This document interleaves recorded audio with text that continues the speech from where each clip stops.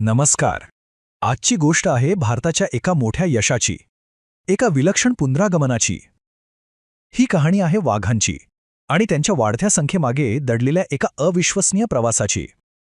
चला तर मग या जगात थोडं खोलवर जाऊया. बघा, जंगलाचा राजा वाघ, किती भव्य आणि रुबाबदार प्राणी. पण काही वर्षांपूर्वी अशी परिस्थिती होती की हाच राजा आपल्याच राज्यातून नाहीसा होतो की काय अशी भीती वाटत होती. प्रश्न होता की त्यांचं अस्तित्व टिकेल का?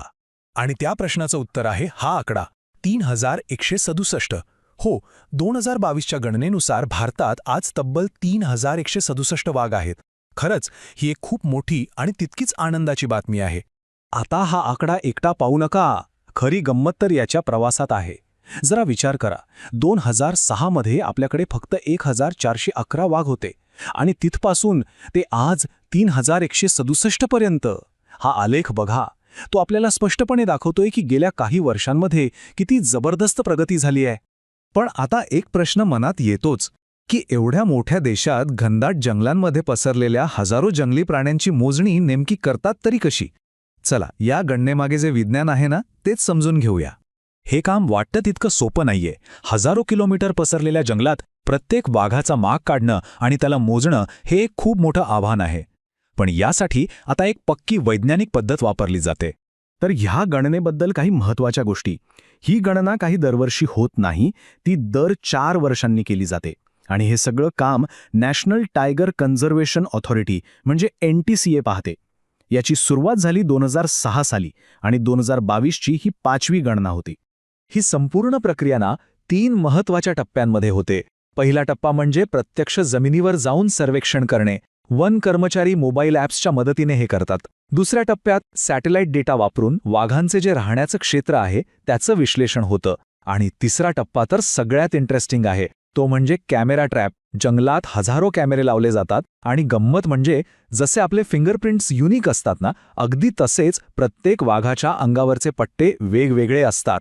त्यामुळे या कॅमेऱ्यातल्या फोटोंवरून प्रत्येक वाघाला स्वतंत्रपणे ओळखता येतं. आणि हे सगळं काही जुन्या पद्धतीनं नाही होत. यासाठी आधुनिक तंत्रज्ञान वापरलं जातं. M-Strips नावाचा मोबाईल ॲप आणि KTRAT सारखं इमेज प्रोसेसिंग सॉफ्टवेअर यांसारख्या गोष्टींमुळे या गणनेला एक वैज्ञानिक अचूकता मिळते. बरं, वाघ कसे मोजतात हे तर आपण पाहिलं. पण आता हे पाहूया की ते भारतात नेमके कुठे कुठे आहेत. चला, भारताच्या व्याघ्र क्षेत्रांचा एक आढावा घेऊया. हा नकाशा बघा, जणू काही संपूर्ण भारताचं टायगर नेटवर्कच आहे. हिमालयाच्या पायथ्यापासून ते थेट पश्चिम घाटापर्यंत आणि सुंदरबनापर्यंत वाघांच्या अधिवासाला 5 मुख्य प्रदेशांमध्ये विभागलं गेलंय.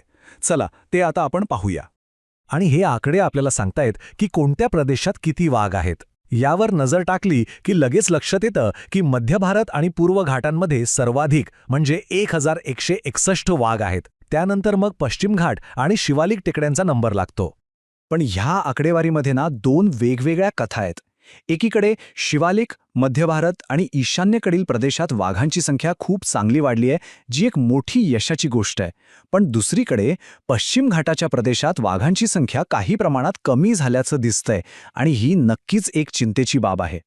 पण हे जे यश मिळालंय ते काही एका रात्रीत नाही मिळालं. यामागे आहेत तब्बल 50 वर्षांची मेहनत आणि एका दूरदृष्टीच्या योजनेचा भक्कम पाया. चला, प्रोजेक्ट टायगरच्या या 50 वर्षांच्या प्रवासावर एक नजर टाकूया. विचार करा, 1973 मध्ये फक्त 9 व्याघ्र प्रकल्पांसोबत प्रोजेक्ट टायगरची सुरुवात झाली होती.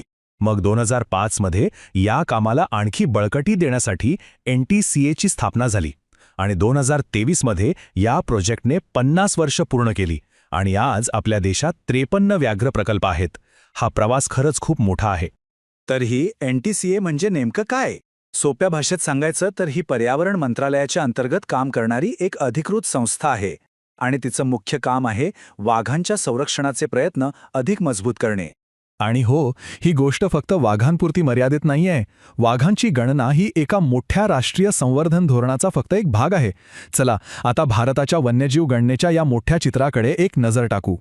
वाघांप्रमाणेच भारतात इतर मोठ्या प्राण्यांचीही नियमितपणे गणना केली जाते.